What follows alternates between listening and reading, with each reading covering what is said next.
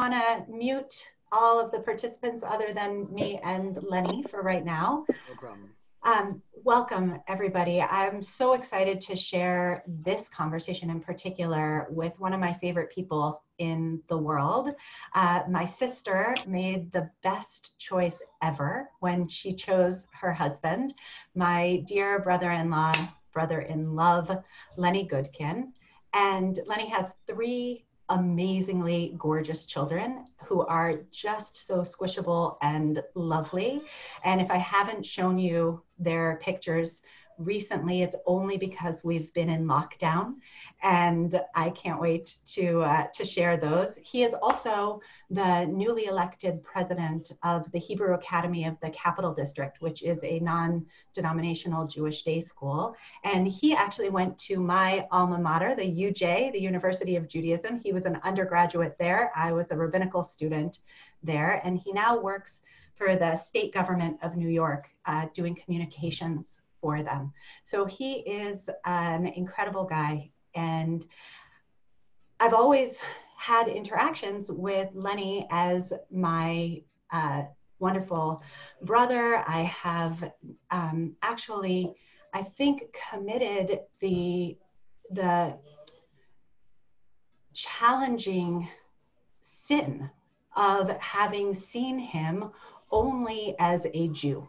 Until this moment, I approached him as completely colorblind. And then George Floyd happened, this horrific murder.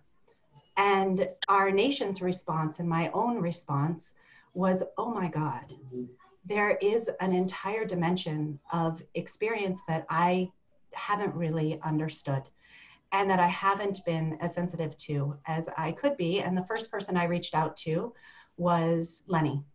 And I said, you know, Lenny, how is it that this moment is hitting you? How is this moment sitting in your heart? And how come we haven't ever had this conversation before? And he had so many wise things to share. For 7 years, I hadn't asked this question.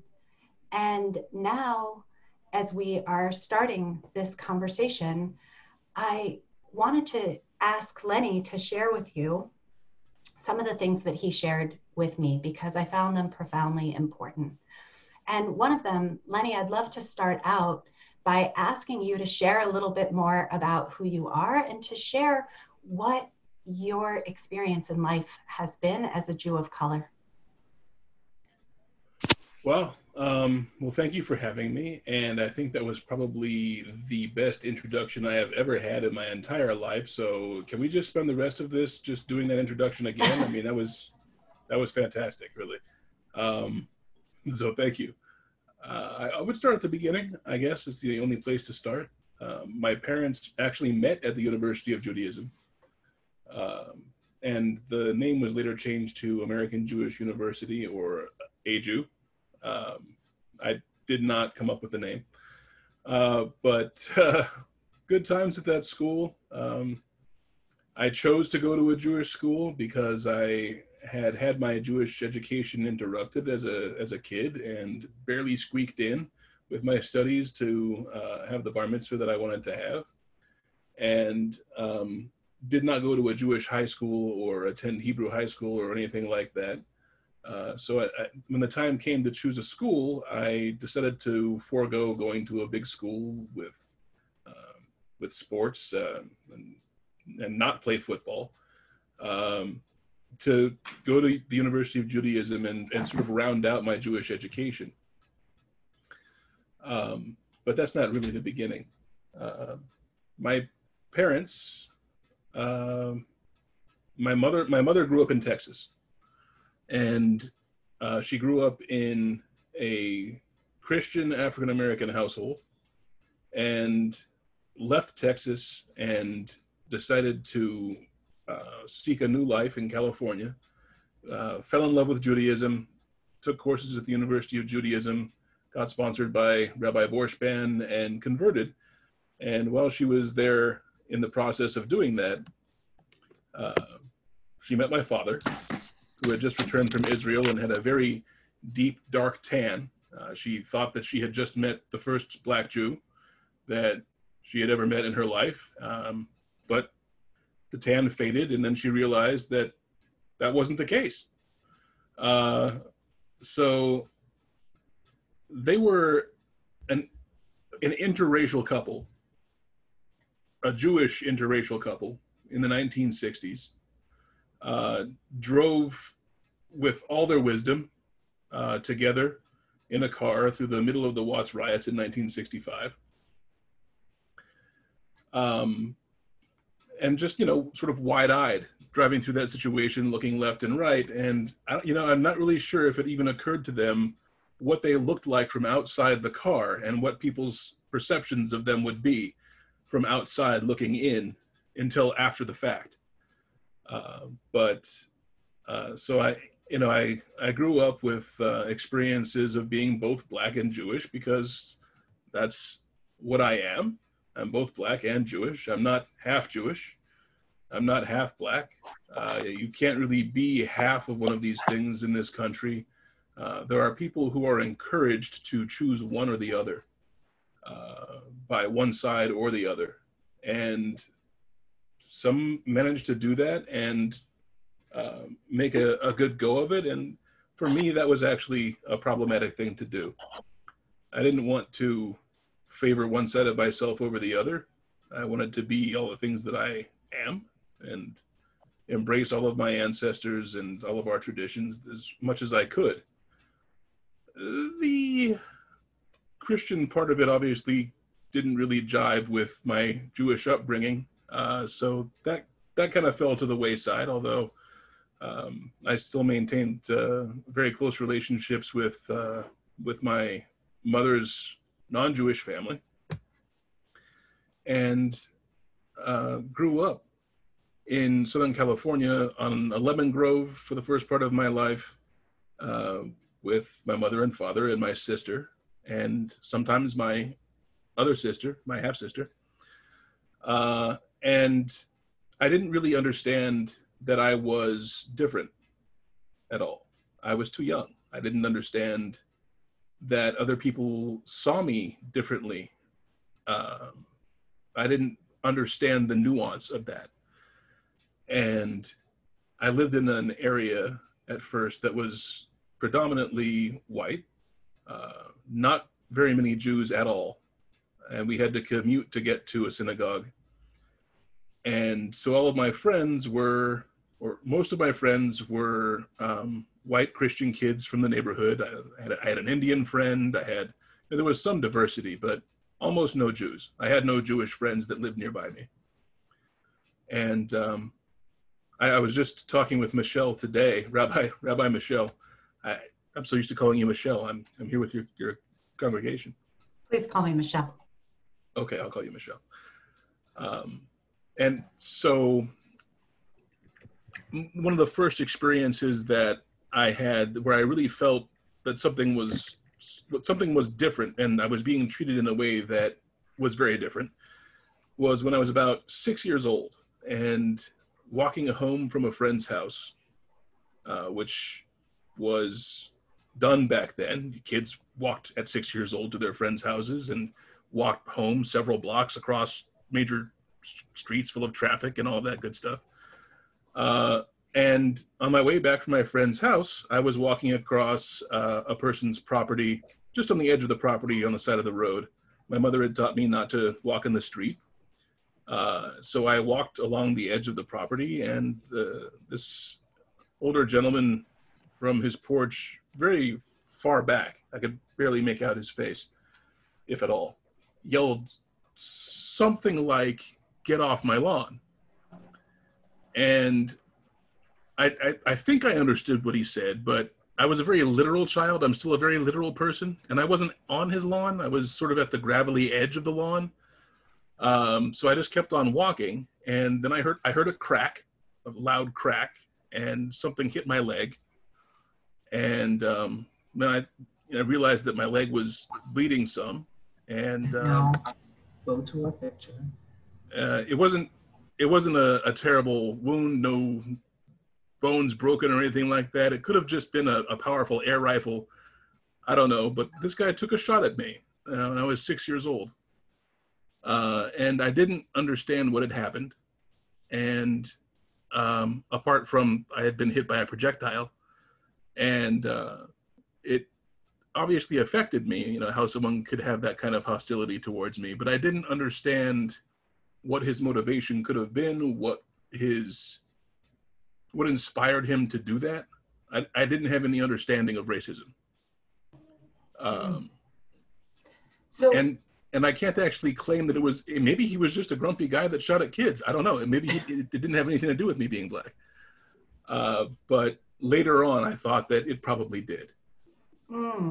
So Lenny, we called this session Jewish While Black, echoing the idea of driving while black.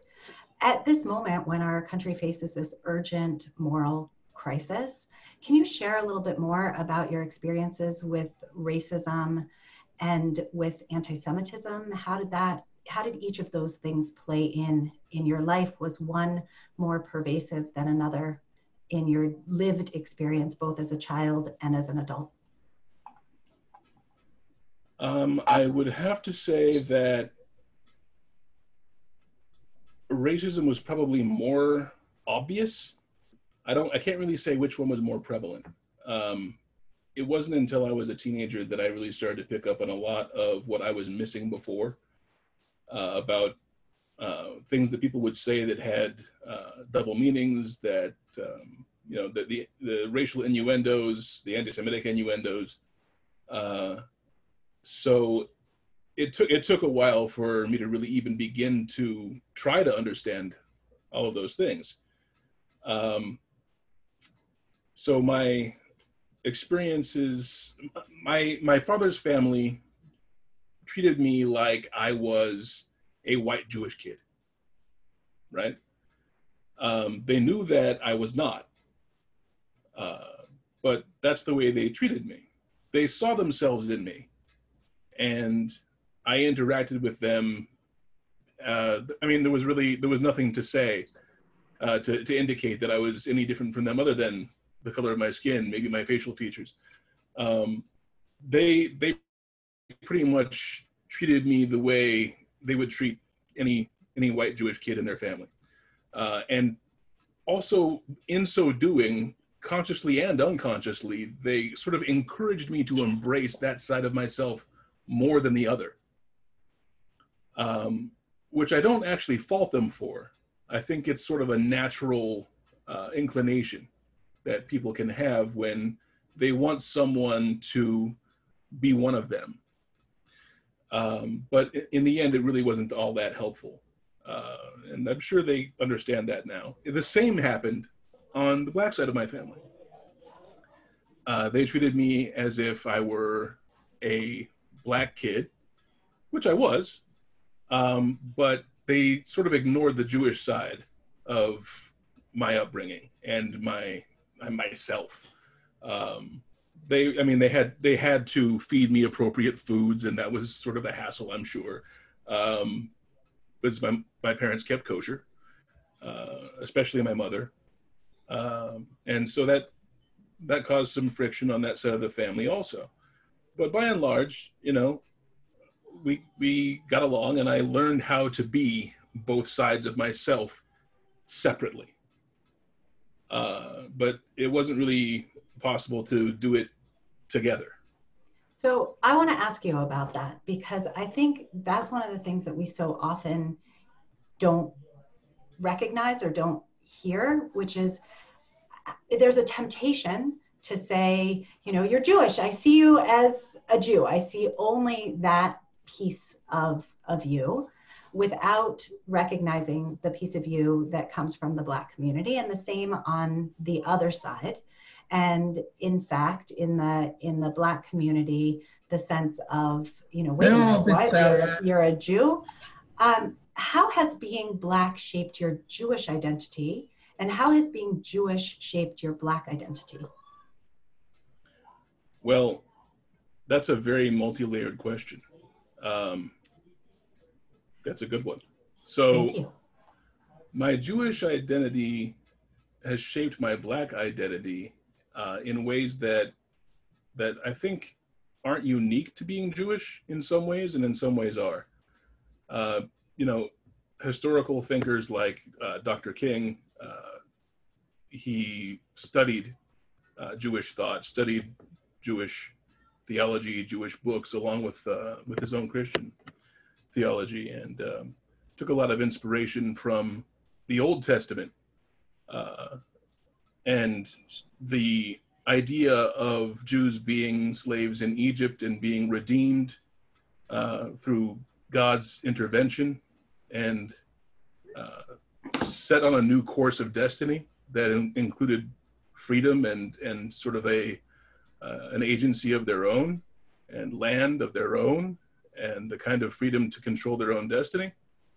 That resonated, as I'm sure everyone here knows, very strongly with Dr. King and with the African-American community in the United States. So having a Jewish background, I connected very strongly with that undercurrent. And I really, my entire life, have wanted to see more cooperation between Jews and African Americans in this country, and even in the world, although it's sort of a unique situation in this country. And I've always thought it was a real shame that after the sort of confluence of energies of Dr. King and Abraham Joshua Heschel and other leaders of the time into this sort of conjoined destiny of fighting for civil rights and trying to make the country a better place by opening people's hearts and minds and getting them to see more of their similarities than differences, and stop treating people so much like strangers. And even if you do see them as strangers, to treat them as well as strangers should be treated. So some Jews will say, you know, I really want to stand with Black Lives Matter. I want to, but their platform specifically rejects me as a Jew. They're BDS, they're anti-Israel. What would you say to those people? So, okay, while it's true that the leadership in the Black Lives Matter movement has tried to be clear that they are anti-Zionist and not necessarily anti-Jewish, and even though there are Jews within the internal structures of the movement, most Jews are Zionists, at least most of the ones that I know. I myself am a Zionist. Mm-hmm. I'm very glad that the land of Israel exists, that the state of Israel exists, and I've considered making Aliyah many times and still consider it. So that makes it a little bit more complicated. But the thing is, that's not central to Black Lives Matter. And I think it's necessary to create a distinction between the organization and leadership of Black Lives Matter, the hashtag and organization, and the idea Black Lives Matter. Because in reality, those are two separate things. I probably don't have to make it clear that responding with all lives matter to someone saying Black Lives Matter is not constructive. Although there may be some among us who feel like it's an appropriate thing to say, because of course all lives matter. But the intent behind all lives matter is not to say that all lives matter.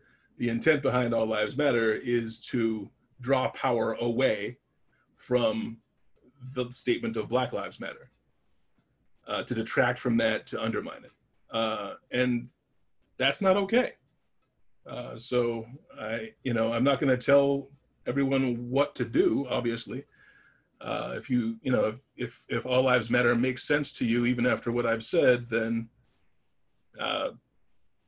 that's your right to have the thoughts that you want to have. But I'm telling you as a person who's sort of on the inside of this, that it's not constructive, and it wasn't promoted by constructive people who want to create more equality and ensure that people are treated fairly regardless of the color of their skin. But not to focus too much on that. I think that we've always had a situation where we're not always going to agree with everything that our allies agree with. There aren't too many situations where I think that arrangement has existed. So I stand with the Black Lives Matter movement, and I recognize and I argue with people within the Black Lives Matter movement for the sake of Israel and for the sake of other Zionists. The only way you can get people to listen and to understand your viewpoint is to get inside of their barriers and talk to them as people, as individuals, as allies who should listen to you. Because if you're outside of that barrier and you're someone who is showing that you aren't willing to support what they want to get done, and that, you know, they're just not, what they're doing just doesn't jive with you, then you'll always be on the outside and you won't be able to reach them. So it's much easier to have that conversation from the inside. And that's really something that I learned from having conversations in my mother's restaurant in Los Angeles. Tell us more about that. So my mother, she opened a vegan restaurant and venue in Los Angeles called the Good Life Health Food Center. And she opened that in late 1988, late 1989. And it was a center for health. She's, you know, for natural medicine, for preservative-free foods, for fresh organic produce, which just was not available in the inner city in Los Angeles at that time. Her philosophy was that she wanted to bring a holistic approach to health, mind, body, and spirit, into the inner city of Los Angeles, and really change people's lives by just letting them walk through the door and soak it in, and make all of that a part of their lives. And it was a very Afrocentric place. There were African tribal masks, antique, valuable African tribal masks, museum pieces on the walls that she borrowed from a local museum and eventually purchased so that they would be the property of the Good Life. It would stay there always. We had a stage where we had live music, jazz, blues, and hip hop. The Good Life became the home for underground hip hop in Los Angeles, really on the West Coast, for about 14 years, and was very instrumental in forming the West Coast sound in hip hop. And she did not allow profanity, degradation of women, or really anything but thought and poetry that were aimed at increasing knowledge and wisdom and fun. And so I built a lot of respect for my mom outside of her just being my mom because of this mission that she had. And so this place was an intersection of many communities. You had not just African Americans coming in here, you had celebrities coming in, you had of all backgrounds. You had leaders from the Chicano community, from the Mexican American community, from the Native American community, from all of the communities of Los Angeles would come and meet here. And it was a safe place for them to be proud of who they were. And there was kind of an understanding that you know, all of us as human beings came out of Africa and then did our own thing. And so this was like a place where everybody had their own space to just be. So you speak of this beautiful share, you know, this place that is both filled with diversity, but also with a sense of shared humanity. I've heard from a number of people, and in fact, I called you up to ask you your wisdom on this, on the balance between, I want to see people as human beings created in the image of God, versus I really want to honor the diversity of where individual people are coming from. How have you navigated that in your own life and in the lives of your children? And what do you think for us now in this really important moment in America, how can we as a Jewish community create the good life in our shuls and in our communities? I will get there in just a moment. Okay. I wanted to sort of wrap that little bit up with, it's also this place, this beautiful place I'm talking about, is one of the places where I experienced some of the most virulent anti-Semitism. And it wasn't coming from so much a place of genuine hate, but there was a lot of hurt in the community from various sections of the community. The dissolution of that cooperation that we had in the 60s between the African American community and the Jewish community left scars, and the sort of love vacuum that created drew in people like Minister Farrakhan, and the Nation of Islam was very prevalent in the community. And I sat down and had conversations and played chess with members of the Nation of Islam community, and they had not so very nice things, many of them, to say about the Jews. And I argued with them, and argued with them, and argued over and over, and sometimes the same people and sometimes different people. But I considered it a personal mission to sort of guard against anti-Semitism in that space as a Jew, and to sort of serve my Black community by trying to disperse those flawed thoughts. And it's not as if there hasn't been earned animosity between the Black community and the Jewish community. There have been plenty of interactions that have caused genuine distrust. And those are again, our wounds that need to heal and be worked on. The only way to heal them and to work on them is up close. We have to get up close. We have to get outside of ourselves and our comfort zone, and we have to show that we support the treatment of other human beings, regardless of whether they agree with us about everything, in order to do the right thing. And doing the right thing just has to be the most important thing. And I know we're going to talk a little bit more about this later on, so I won't get too deeply into it right now. No, please get deeply into it. And you had also shared with me some beautiful Torah earlier about the enemy, and having to, even when you perceive somebody else as an enemy, doesn't absolve you of the responsibility to do right by them. Can you go deeper, my dear brother? Okay, so let's imagine that we're all Jewish. I think there's a high likelihood that most of us are. But the Jews have had many enemies in history, in the Bible and after the Bible, historically and in current contemporary history. And in the Torah, there are several examples of how we are supposed to treat not only the enemy, but the stranger, which I would say is a lesser level of hostility than an enemy. And then also people that are just different from us within our own communities. My wife is, I consider my wife a wise person. That word comes up a lot in our conversation today, but my wife talks to people in the community quite a bit, much more than I do.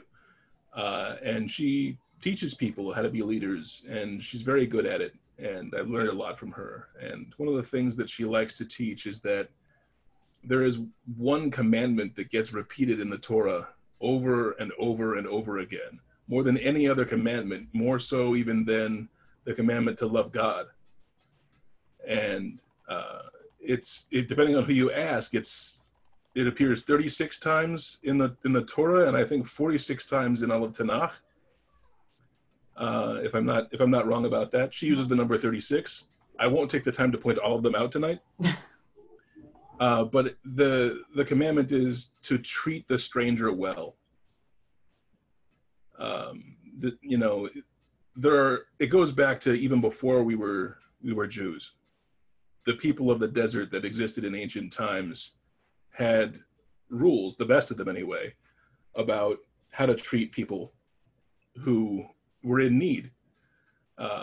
For example, water was very important in the desert. If someone was thirsty, you provided water to them, whether they were a stranger, whether they were an enemy, whether they were a friend or a brother or a sister or whoever they were.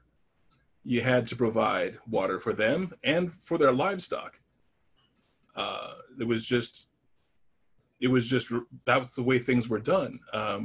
That basic kindness was just at the core of who people were in the desert, and Judaism really incorporated that. And so when we talk about how we treat the stranger, the ger, 36 times, the Torah tells us that you need to treat the stranger well. We see it at Sodom and Gomorrah, the actual reasons why those cities were destroyed in the Old Testament, people argue about over and over and over again. Some people have said over the years, it was because they were cutting limbs off of animals, or it was because they were engaged in deviant sexual behaviors, and some of these ideas are they're all to the left and right. But the best explanations that I've heard are because they didn't follow that rule. They were not kind to the stranger. And the only reason that Lot and his family were spared was because Lot followed those rules and gave shelter and protection to the angels. It's just one of many, many examples. So if this is a rule that's repeated in the Torah 36 times and up to 46 times in all of Tanakh, it must be pretty important, right? This must be something that's really at the core of what God and what the early sages wanted us to know about being Jewish. That about the most Jewish thing you can do is to be kind to the stranger. Now, now I'm going to sort of walk into the shul with you. I consider myself a member vicariously of your community. I've been in your synagogue many, many times, and I've been there for a wonderful musical Shabbat, and all the holidays I think I've been there for. Usually there for Shabbat or holiday, spending time with family. It's great. I love your synagogue. If it's so important for us to treat strangers this well, now when a Jew of color walks into a synagogue and maybe intentionally, maybe unintentionally, are treated in a way that sets them apart, that's like taking someone who's your brother, someone who is a Jew, just like you, and making them a stranger. Now, there's another commandment that connects with this, which is the commandment to not embarrass another person. Now, we can be embarrassing that person by when they walk into the synagogue, maybe we feel like it's perfectly innocuous to just ask, so how are you Jewish? Not innocuous. I can't tell you how many times I've walked into a synagogue and been asked questions like that. And it is tiring to be asked that question over and over again. And it can wear a person down, and it can make a person not open up as easily. And one of the things that can be done first and foremost for including Jews of color more in your religious community, in anyone's religious community, not yours just in particular, is to treat them as my sister has, as Michelle has, your rabbi has all this time, just as a Jew. I'm not saying be colorblind, because that actually isn't constructive. To be colorblind allows you to not see a whole side of that person and their experiences in this country. People's outward racial appearance and cultural assignment has a great deal of effect on their experience in the country. As soon as they step out of the synagogue, they're in a world that views them in a particular way, even if you don't see them as being Black or Hispanic or, Samoan Jewish, whatever it could be. So it's important to recognize that their experience is different in the world at large, and to just take that into account. But otherwise, not really to treat them any differently within your religious space as Jews. It would go a long way. I was amazed, almost shocked when I went to Riverdale, New York. I'm from Los Angeles originally, and it's much more cliquish there. And I went to Riverdale and I walked into a conservative synagogue with Michelle's parents. And I sat down, and almost immediately the Gabbai came up to me and he said, "Are you a Kohen?" "No." "Are you a Levi?" "No." Later I found out I was a Levi. I didn't know. But I said no. And it made such a huge impression on me. I'd never had that experience before, walking in and have someone, consider me for the first Aliyah, the first time they see me. I've had very contrary experiences to that, actually. And that's not to say that my experience being a Black Jew has been negative. I love being who I am. I would not be any other kind of person. The richness of experience that I've managed to have being a Black Jew has been, I don't want to say indescribable, because I'm trying to describe it to you right now. But I really would not have it any other way. It's really been an amazing experience and continues to be. And I feel very lucky, actually, to be able to experience all of what I am and not have to compromise one or the other. And I think that in a religious space like at Temple Emmanuel, the more welcoming and open people are to people who look like me and want to come in and daven with you, the more accepting they are as being, not half a Jew, but a whole Jew, and not a different kind of Jew, because, I'm an Ashkenazi Jew. My father's family came from Belarus and the Ukraine, and I've been researching their genealogy. It's been very interesting.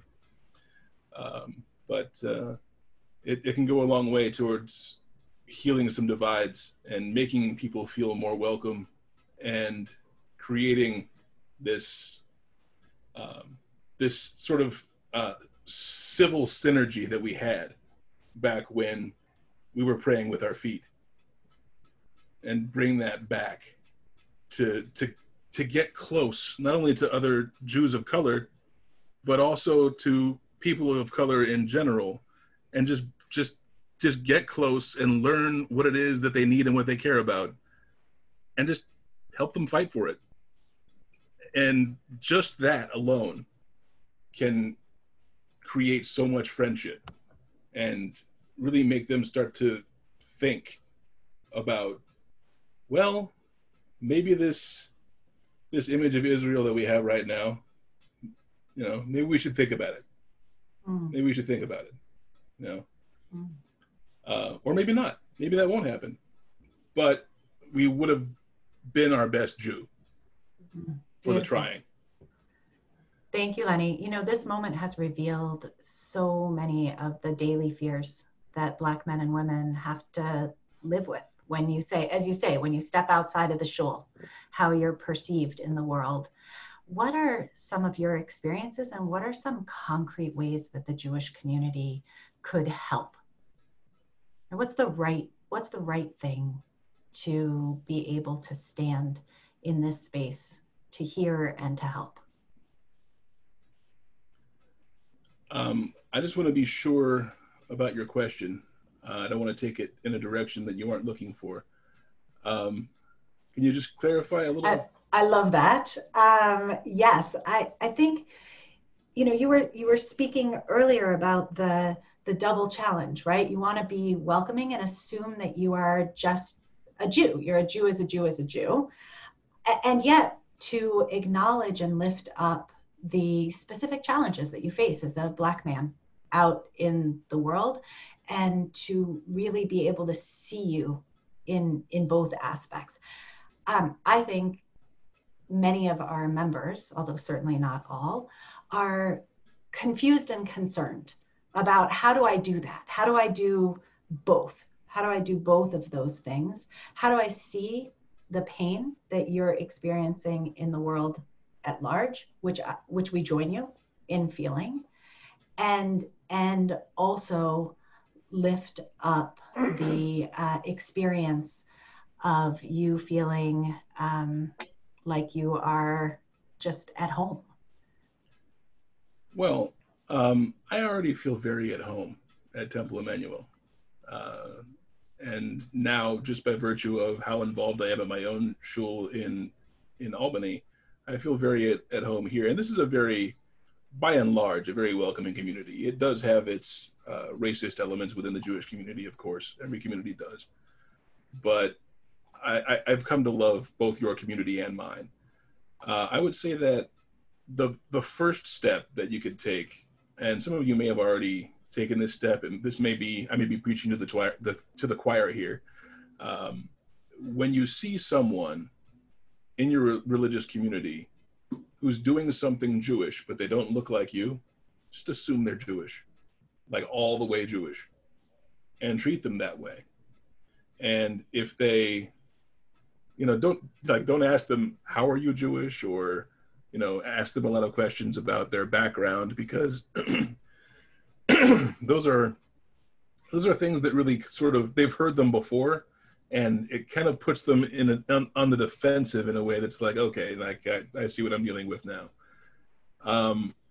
If you just treat them as you would any other Jew, if there is something about, if they're not Jewish, they'll eventually tell you. If they want you to know more about their background, as you get to know them, they will tell you if they want you to know. These things just happen naturally. But just sort of hold back on your own curiosity a little bit, and just sort of get to know them as people before trying to get into background. Play with the foreground a little bit first. And after that, I would say probably the second most important thing that can be done is just to be very cognizant of how we're raising our children. It's so easy to not teach children to think outside of their own comfort zone and sort of just be who they see around them. That isn't as rich an experience as growing up as someone who knows how to step outside of themselves and see other perspectives and get a feel for what another person's experience is like. That can be taught, and it's very worthwhile to teach it, and it has led me to having a richer experience in life. I try to do it as much as I possibly can, just to sort of put myself in someone else's shoes and imagine what an experience is like from their perspective. Michelle was shocked to hear me talk about the two most memorable times that I was called the N-word in the last year. Because it's not part of your world so much, right? Like, this is not something that you hear. And I can't believe someone called you such, like, it just hurts my heart. The last year, in just the last year. So, in just the last year. So one of them was a very outward and hostile yelling of that word on the street.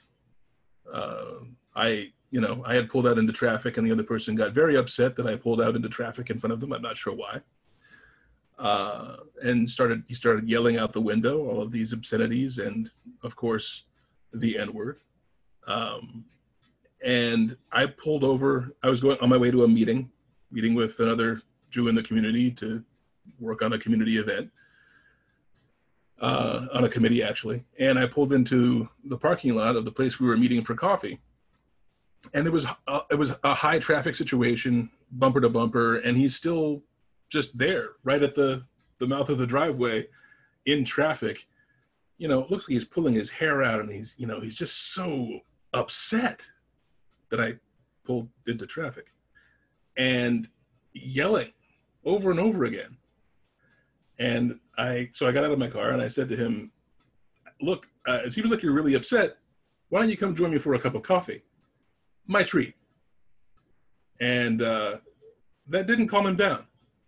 He kept on yelling these racial epithets, and he didn't get out of his car. He didn't come to have a cup of coffee with me. That's probably for the best, in the long run. But I can tell you that very outward and obvious, blatant racist action and experience that I had of this person's actions was less hurtful. I've had this kind of thing before, I used to be in a punk band in Los Angeles. And I ran into Nazi skinheads all the time. That kind of racism it's outward, you know how to deal with it. The time in the last year that someone used the N-word with me that really, really hurt was one where this person looked right into my eyes and didn't see me. He didn't see that I was black, and talked about the kids in the neighborhood that came to steal some bike wheels out of he's a junk dealer. And I was going to buy some equipment from him. And this is after I bought the equipment. And he said, I would have just given it to the little N-words if they had just come and asked me. And he said it under his breath. He got close and said it under his breath. He must have thought that I was, I don't know, Egyptian, or I don't know, maybe I was just Sicilian and with really curly hair. But this guy didn't see me as black, and he brought me close into his trust zone and used this word with me. It was far worse to not be seen and to be included in this sort of in-group use of the word, this in-group racism. That was far worse than that being on the receiving end of it. And that's something that, lighter complected Jews of color, one white Jewish parent, one black Jewish parent, or what have you, they don't look as obviously African American as some other people do, and they can have this whole other set of experiences that I'm talking about, along with the more blatant. So it's hard to look into my eyes and see what I've been through,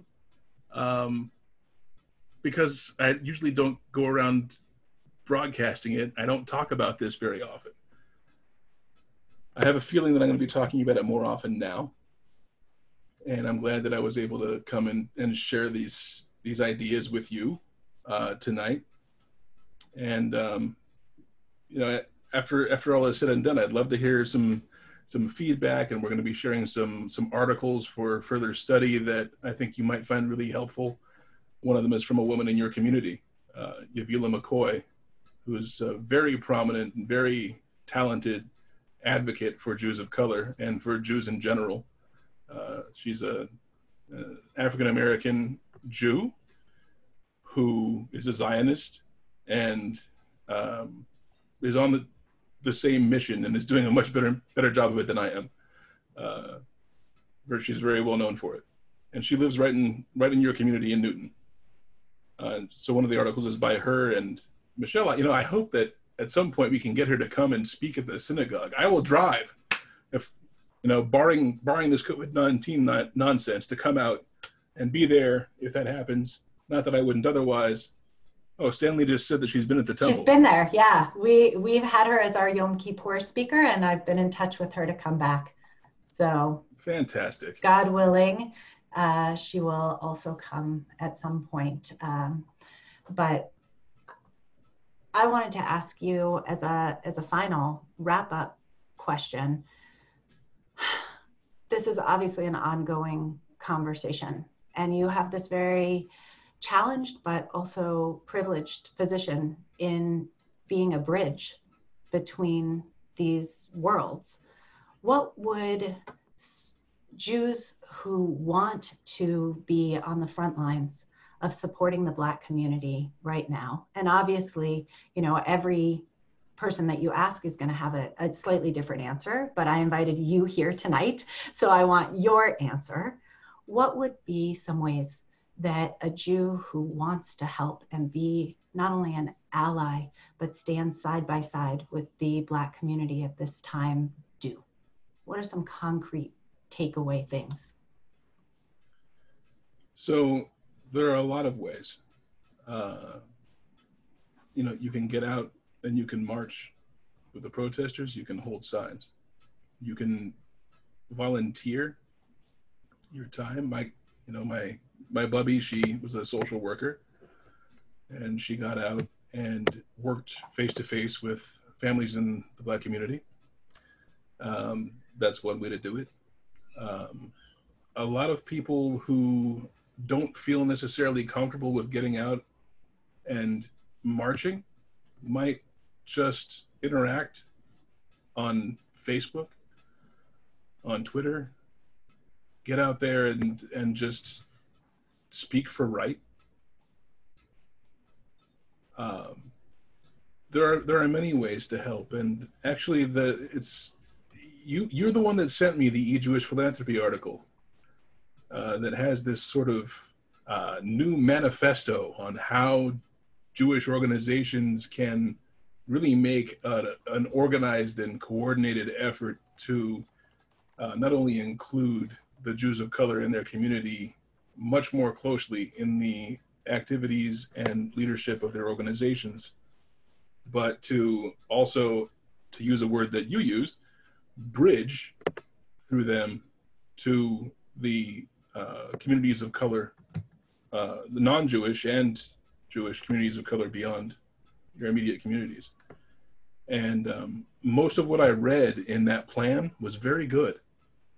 I think there's a lot that's promising. I think some of the goals are going to be difficult for some synagogues to fulfill, but I think it's a conversation worth having. And there are some organizations that were involved in drafting that you can contact for all sorts of resources on how you can get involved. One of them is Bend the Arc. And Bend the Arc runs what they call minyanim. They're not actual prayer minyanim. They're groups of people in cities all around the country that gather together for this exact purpose. To have these kind of conversations. To have these kinds of conversations, to find out how they can help, to find out what they can do, how they can cooperate, and really just join their energy to the movement for freedom and for safety for everyone. Yeah. So Lenny, when I had hoped we would have time to open up to other people's questions as well, but we are running out of time. So I'm going to take the privilege to ask the last question, which is, you know, you and I spoke earlier about the Rodney King riots and about all of the various Black men and women who have been killed, who have been brutalized, and who there was a lot of social activism for a while, and then it has died down. And, you know, it felt like the movement stalled in the past. Do you have hope now? So, yeah, we talked a little bit about this earlier, and I have to say that hope has been hard for me to come by, as far as, not hope in the general sense. I've always had hope for change. But as far as actually thinking that change is going to happen right now. It was not an easy place for me to get to with what's been happening in the wake of George Floyd's murder. Because I've been here before. I'm 41, but in my 41 years, I've seen enough. I've seen enough opportunities get wasted. I've seen enough injustices that have spurred people to act and draw attention to what needs to be done. And I've seen all that energy forgotten and dissipate. But I have to admit, this time feels a little different. This time really does feel a little different. It feels a lot different. And my protection, my own sort of stoic protection of my own hope for what I can expect to happen has it's taken a few hits, and I've actually allowed myself to think, we could be on the cusp of some real change right now. And I think that we are. Something lasting. Not everything that needs to get done, but something lasting. And that can make a big difference. And if we can maintain that momentum, then we can really get a lot of good work done. Thank you, Lenny. Well, change begins here with this kind of conversation, and I'm so grateful for your willingness to share your story, your heart, your soul with our community tonight. I hope we can continue the conversation over many years and even invite our friends to continue to join us for it. I'm really mindful of our Parsha that we talked about earlier today, that, there were spies who saw something that had to be done, the 10 spies who went into the land, and they said, this thing really has to be done, but we can't do it. It's too hard. It's complicated. It's challenging. I'm not sure if I'm going to say the right thing or do the right thing, or if this thing's going to work out. And in the end, they convinced our entire Jewish community to back off from a holy task of entering in creating a promised land. But there were two who said that we can do it. If we follow the path that we followed before, and now I'm speaking to all my friends from Temple Emmanuel who have joined us, if we keep following the same playbook, we will be like the 10 spies that said, okay, what can we can't go, we can't do it. And they wound up with 40 years of wandering. We don't have time for 40 years of wandering. We need to see and to embrace those Jews of color, people of color in our community, and stand with them now. It is a moral imperative of our Jewish calling to do this. And so I really call on each of you. I know you're here because you want to join that holy work. And I really call on each of you to continue to learn, to have conversations. We are going to be launching a conversation series. This is the first part. I wanted to start with Lenny because I know him and I love him. But we have other conversations upcoming that I hope that you'll join us for, and really would love your thoughts and your input on how we continue to march towards the promised land of equality, justice, righteousness, and welcoming every human being in the spirit that God asked us to: safety, health, and the opportunity to be a fully realized human. So Lenny, my dear, I can't see you anymore. Lenny. Oh, why? No, there you are. There you are. I didn't know that this was the first Lenny, in a long series. You get the final word. I get the final word? Yeah, I'm giving you the final word. Well, then my final word is thank you, my dear sister, and all of your friends and congregants for being here to really start or continue on a journey to not only seeing the divine spark in every human being that you meet, but getting to interact with it closely and really create some healing in communities that have been divided, and really putting our Jewish faith and values to work for bettering our country and our world. And I thank you all for being here to be a part of this step. Amen. Amen. Mwah. Thank you, Lenny. Thank you so much. We will be unmuting anybody who wants to, just say hello for the next 4 or 5 minutes as we're saying goodbye. So you can feel free to unmute yourself as you depart. But thank you all for joining us here tonight. Thank you. Also, Thanks, Michelle. It was great. Thank you. if I didn't get a chance to respond to anyone who was sending messages in chat, I'm on Facebook. Just message me. We'll have a conversation. Thank you. Thank you, Lenny. Thank you, Michelle. Thank you. Thank you all for joining tonight. Thank you. Very Thank you. It was really good, Michelle. Thanks again. Thanks, Anne, for joining us tonight. Thanks, Lenny. Nice to meet you. Pleasure to meet you. I hope I see you in Newton soon. Amen. Thank you for starting this. Amen. Onward and upward. Yeah. Thank you. Thank you. Thank you, Ruth. Bobby, goodbye. Bye. Thank you, Lenny. Thank you. Thank you, Lenny. Thank you for coming. Thank you. Lenny, can you hear me? I can't. Hey, Joanne. I can hear you. So, Joanne, you should especially speak. Yes. So, Lenny, I have a granddaughter who's almost 18 now, who is also biracial. Our daughter is her mom, and she has not really identified much with her father's Black family. Mm-hmm. Because he hasn't been that interested, and the parents aren't together anymore. He's now married also to a white woman. And now that all of these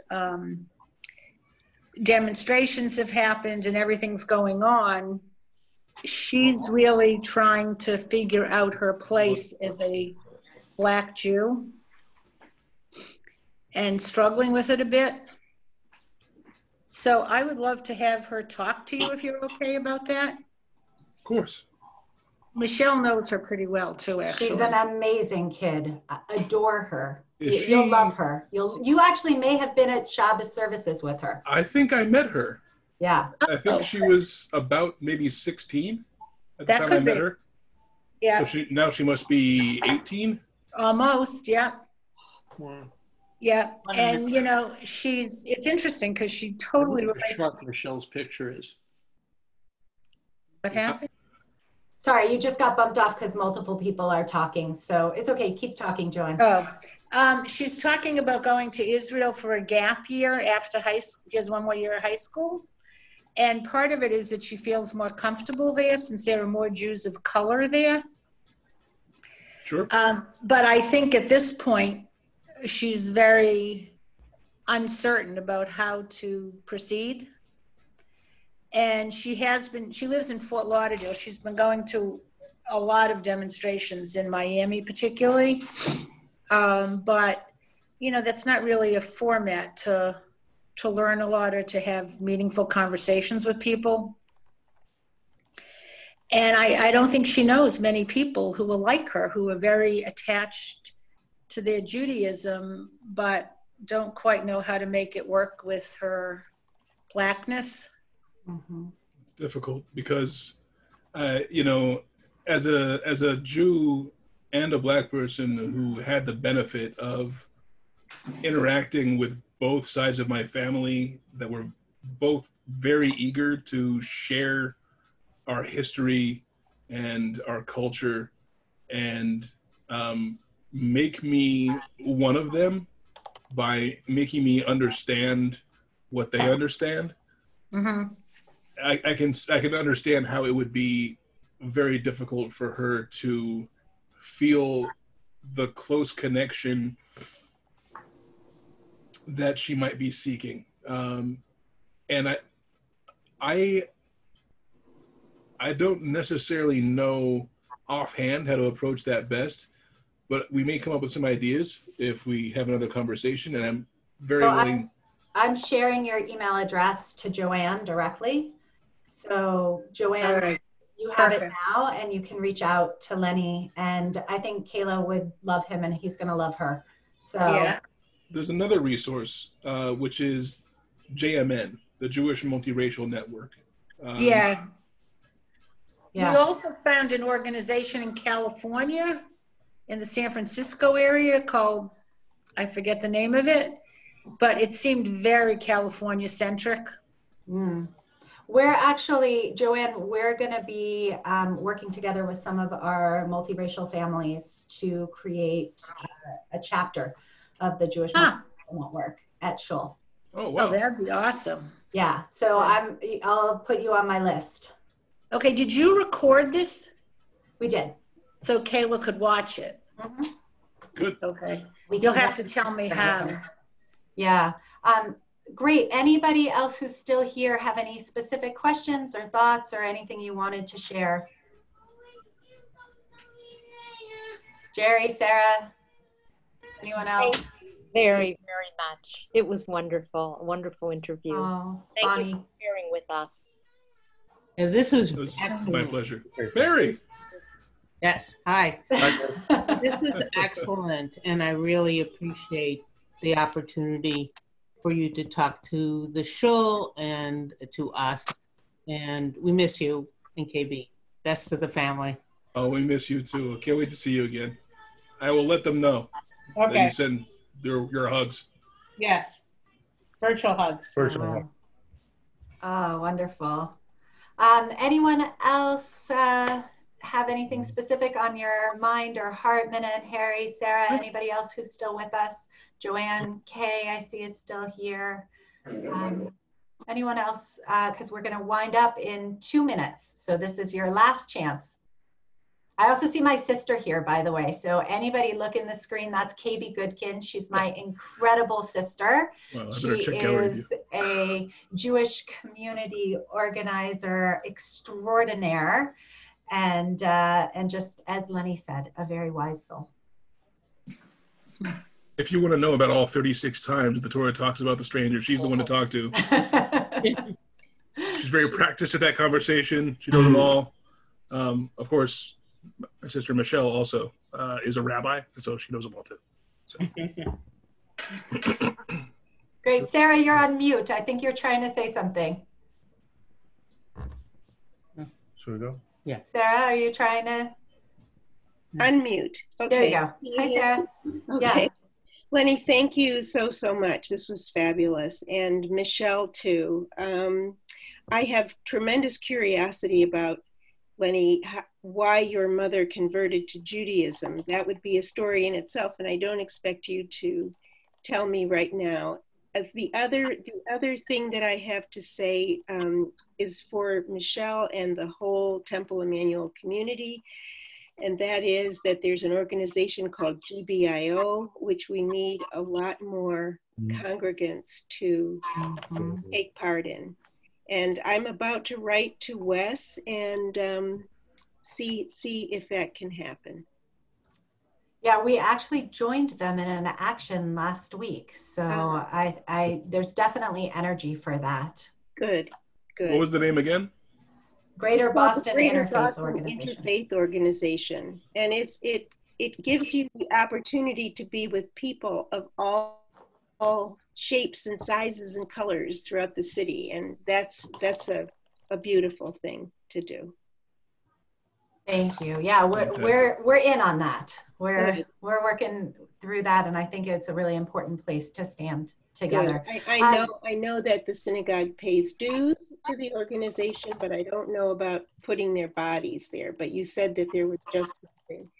Yeah, I mean, at this point in time, I think a lot of the GBIO is doing doesn't require too many bodies because so much of what they're organizing is online. So it makes it a little easier. You can do it from home, right from the comfort of your living room. Lenny, before we end, I had one last question that was sent anonymously, which was, how did your family react to you choosing to attend a Jewish college rather than a traditionally Black college? Good question. Oh, so my mother actually did not encourage me to attend a historically Black college. My mother wanted me to go to an Ivy League school. And so her disappointment was not that I didn't go to Morehouse. It was that I didn't go to Princeton. Princeton. Thank you, Lenny. To sort of fill that out a little bit, she explained to me one time that it was my job to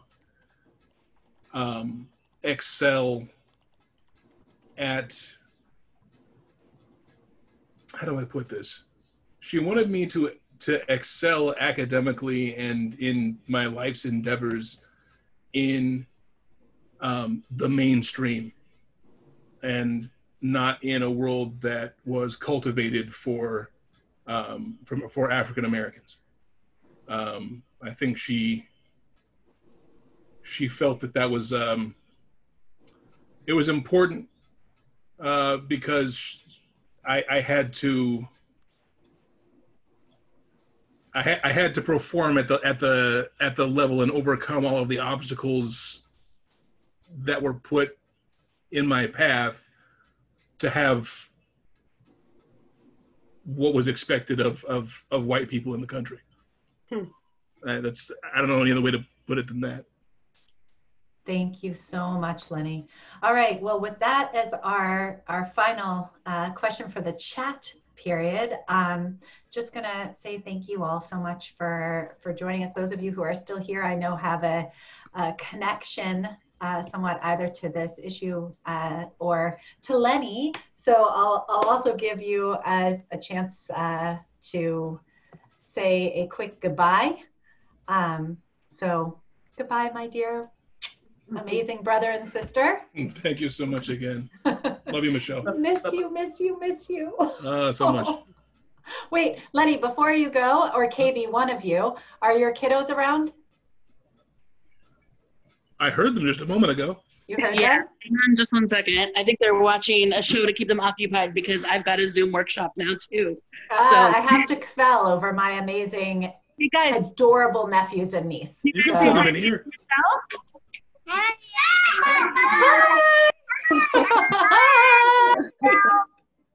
I love you. Sean, will you spotlight the Katie Goodkin's screen for just 1 sec so I can quell over my amazing nephews and niece right there. Hi.